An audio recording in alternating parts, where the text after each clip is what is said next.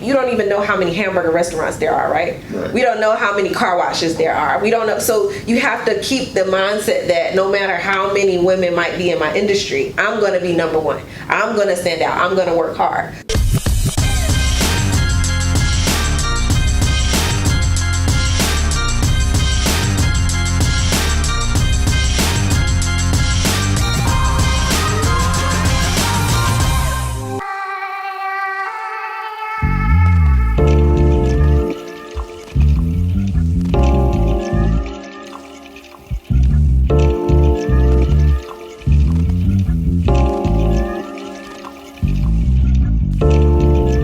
Welcome back, YouTube, and welcome back to another episode of The Ace of Spades. Today, my guest is Denise, the broker, owner and founder of Williams Co, YouTuber, and author.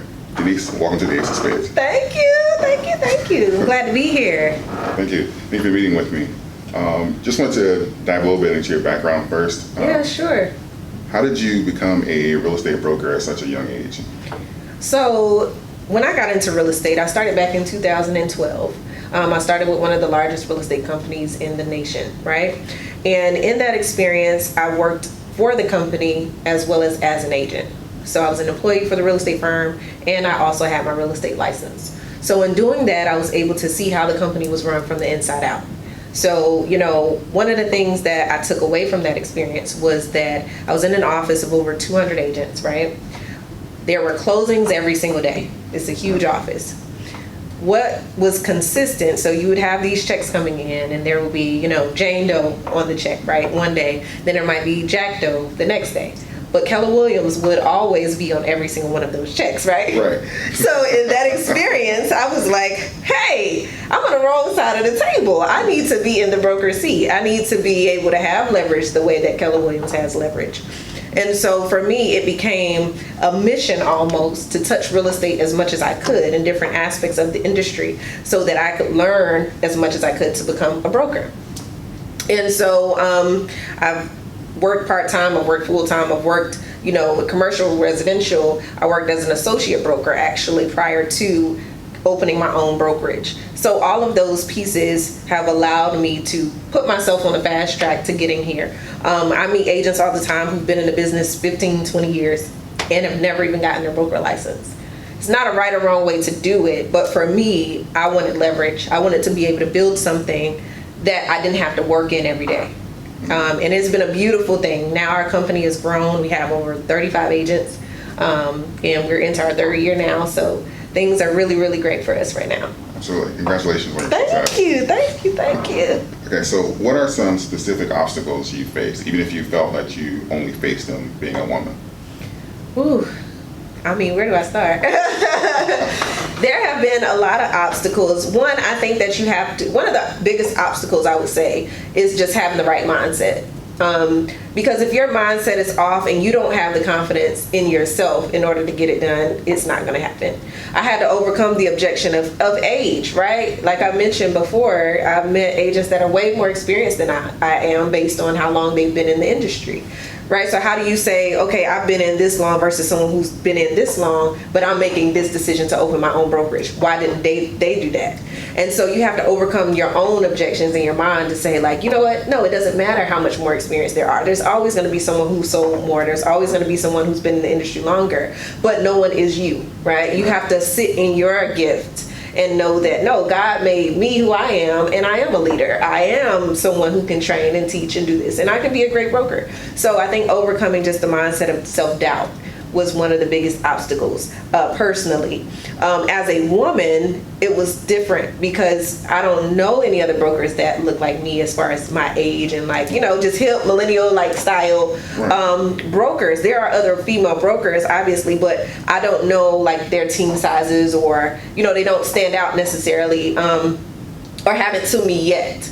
Not to say that they don't exist. I'm sure there are some really dope female brokers out there, and I'm starting to see more as my brand is growing, because obviously you're going to start following more pages and different things like that. So that's one thing, just not necessarily having a blueprint to follow. There are certain industries where you can say, oh, I want to be like that person.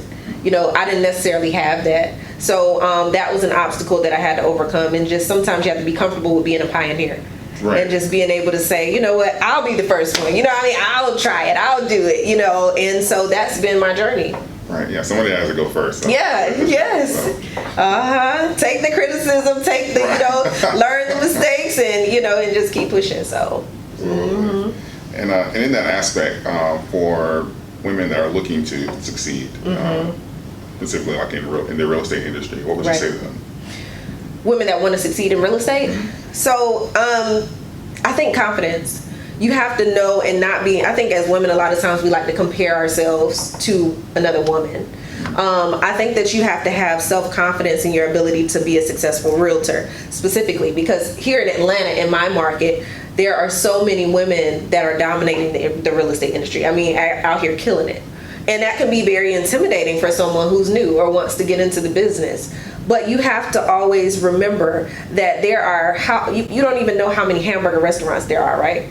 We don't know how many car washes there are. We don't know. So you have to keep the mindset that no matter how many women might be in my industry, I'm going to be number one. I'm going to stand out. I'm going to work hard. So you have to have persistence and confidence in yourself and your ability to succeed in this business. Okay, so it's kind of like touching on like that scarcity mindset. Yes, exactly. No, you cannot have a scarcity mindset, and you have to be aggressive.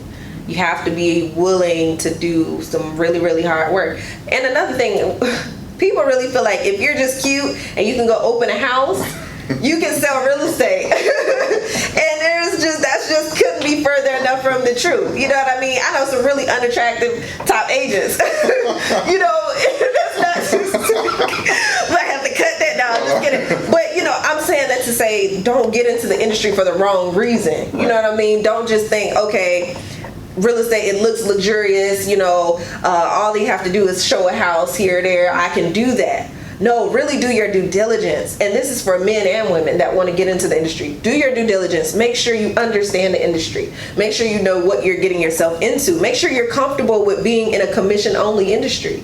I think a lot of people skip over the fact that the payment is going to be completely different from what you're used to, especially coming out of corporate America. See what transferable skills you actually have before jumping into real estate. Going from being a nurse to a real estate professional is going to be a learning curve that you have to, think about. If you're already a salesperson and going into real estate, then that's more of a lateral move. So I think a lot of people skip that and they get wrapped up in the glitz and glam of what we show, because we do that, right? I mean, that's just part of it. I like being cute. My edges ain't laid today, but I like being cute. And showing the nice houses and doing that whole thing. But due diligence, I would say, and confidence are very, very important getting into this. Where did you learn how to sell? Since we're talking about like entrepreneurship. Where did I learn how to sell? I know, growing up, we would do little things like bake sales and things like that. So I have a family, a large family. It's actually 6 of us, 6 children. I'm the 4th oldest of 6. So we didn't grow up with a lot of money.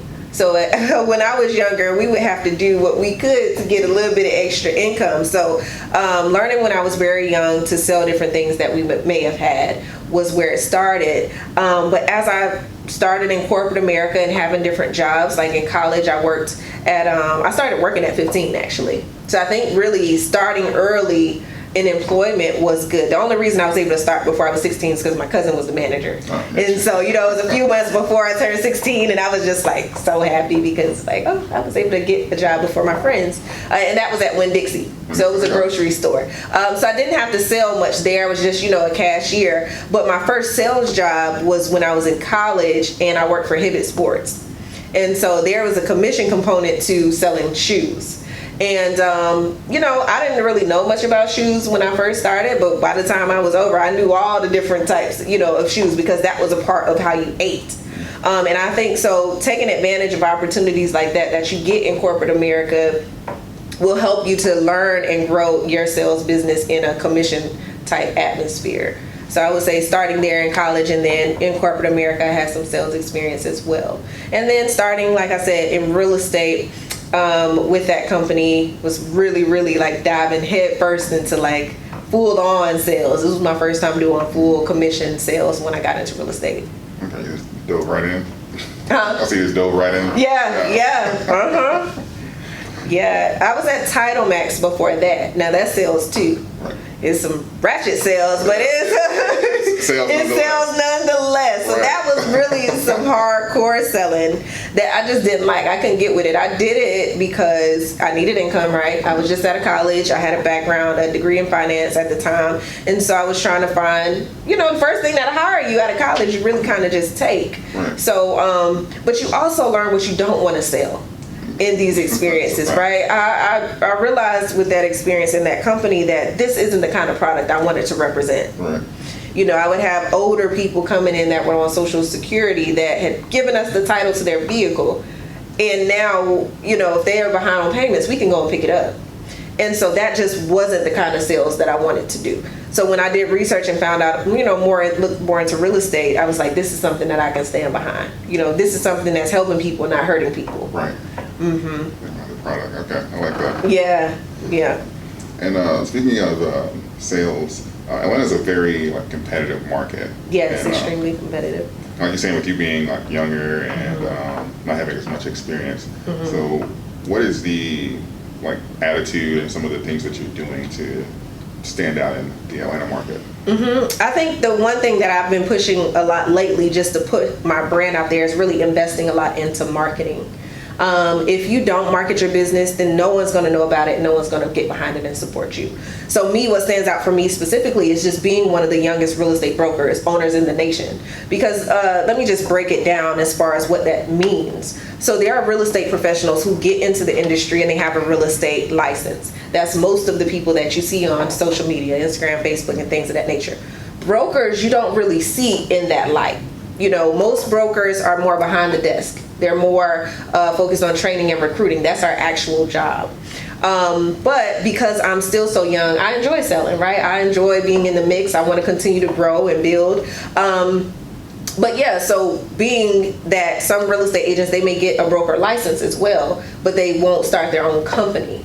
So that's the difference. So they may be a licensed broker, but they may be housed under a Keller Williams or something like that as an associate broker, but they don't step out and actually put their name on the wall.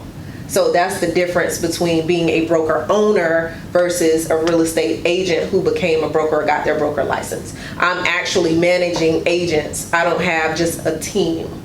Or I take on all the liability versus Keller Williams taking on the liability for someone who got a broker license. Okay. Does that make sense? It does. To kind of clear it up. So yeah, that's why that's so powerful. And I think because we're all kind of thrown into a melting pot, if they see us just selling real estate, it's like, oh, you're agent. And I don't get offended when someone calls me an agent versus a broker. I'm not egotistical like that or anything like that, but I do like for people to understand the difference, because it's really a big accomplishment when you understand what that actually means. Yeah, absolutely. I do see a lot of teams here, and but they're associated with Keller Williams. Exactly. So makes a lot of sense. Yeah. No. I'm associated with my own company. So yeah. Denise, what is next for Williams Co? So we've actually been approved for our second location, which is awesome. It's actually in my hometown, which is Hinesville, Georgia. So a small town. Now that I understand marketing and how to run ads and do different things like that, I know that I can go down there and really dominate if I choose to. I'm not going to pull the trigger on it just yet. I want to make sure that Atlanta is completely solid. I have all my SOPs documented and all of that before making that decision to open an office there. But that's definitely was probably the next thing for us. But here in Atlanta, just continuing to grow the brand and develop it. I have a goal to get to 50 to 60 agents. After that, I'll reevaluate my business model as far as if I want to grow to 100 or not, or if I want to maybe just have specific types of agents or whatever the case may be. But definitely just continue to grow and build our brand here in Atlanta, and then potentially expanding to another city. I see. Okay. And so I wanted to ask, what are some things that you struggle with as far as in the business, and what did you do to overcome it? First starting out in a business, this business is self-funded. You know what I mean? I don't have big investors who come in and give me millions of dollars to go buy up every billboard in town or run TV ads and things of that nature. So I really like the definition of getting it out of the mud, you know what I mean, to get to where we are. And now, thank God, we're sitting in a Buckhead suite you know, in the real heart of Buckhead. Right. This is actually Buckhead's original address. This is what they consider this office building. Oh, wow. So that's been a tremendous blessing to be able to accomplish that. But financial obstacles, right? Facing that in the beginning was very, very difficult. But I believed in what I was doing, and it just continued. So I had to sacrifice on that aspect of my personal life. I wasn't able to go take myself out or buy the things that I may have wanted because my office stapler might have needed some staples, or I needed to buy a new printer, or when people start a business, they don't think about all the details that go along with it. That was something that I had to really grow and understand too. I didn't know. I'm like, oh my God, I gotta buy air freshener, I gotta buy paper, you know what I mean? It was so many different things. And so in certain stages of my business, I didn't always have an office space and things of that nature. So you have to really kind of plan and prepare for taking on the overhead of what it was. And so it was very overwhelming when I first got started because I didn't know. Yes, I had a business plan. Yes, I had income projections, but that's all it is a projection. You don't necessarily know how it's going to happen. And then you have unexpected expenses. So I think really just having a nest egg and preparing yourself financially is a really, really big part of what it takes to be a successful entrepreneur. The other thing was support. I think a lot of people get wrapped up in like their initial sphere not supporting them.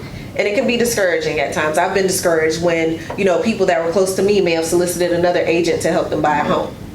We've all been there. You might sell lashes and your best friend went and bought lashes from somebody else. Those are things that just happen.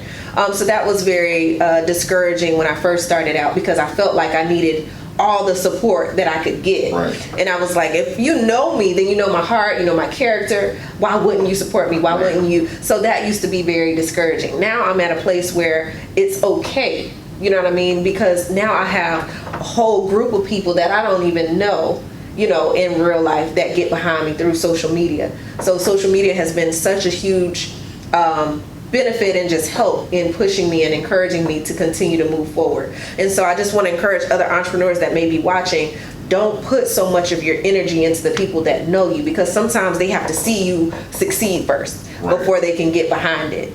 And you will have people that don't know you from Adam that will come on and like give you a chance. And so I just had to find confidence in the fact that it's okay if people that don't get behind you. There are people that will. So yeah, I always understood. I still think it's a little weird that you have to prove yourself to the people you know. Yes. And your greatest support comes from people you don't. Yes. That's a real thing. That's a real thing. But you can't stop that from letting, bringing that idea forth. You can't stop that from, because some people will really let that discourage them. And they'll lose a month of time because they're hurt about someone going with somebody else. You can't give that energy. They just didn't want to use you. It's okay. You can't take it personally. You have to just keep moving. And that's why having a pipeline is so important, especially in this industry. You can't just put all your eggs in one basket. And I think that's with any entrepreneur, with any business. You have to have multiple ways to make money in your business. Speaking of overcoming obstacles, what do you believe has led you to achieve the amount of success you have at such an incredible speed? The man upstairs. Oh gosh. Sometimes I look back over the things that I've gone through, from being a single mother in college to now owning my own company and things that just happened in between. It's like, how did I get here sometimes? And that's where it's just like God has just been helping you to float along. He's been helping you, covering you, and just protecting you from hurt, harm, and danger. And then on the other side of actual action and putting action into, behind the faith that I have in God has been what has helped me, being persistent and also just having vision. I think that a lot of people have vision. We all do. I think God has put something in all of us, in a gift in all of us. But if you don't answer the calling, or if you don't put action behind the things that it is that you want to do, it's never going to happen.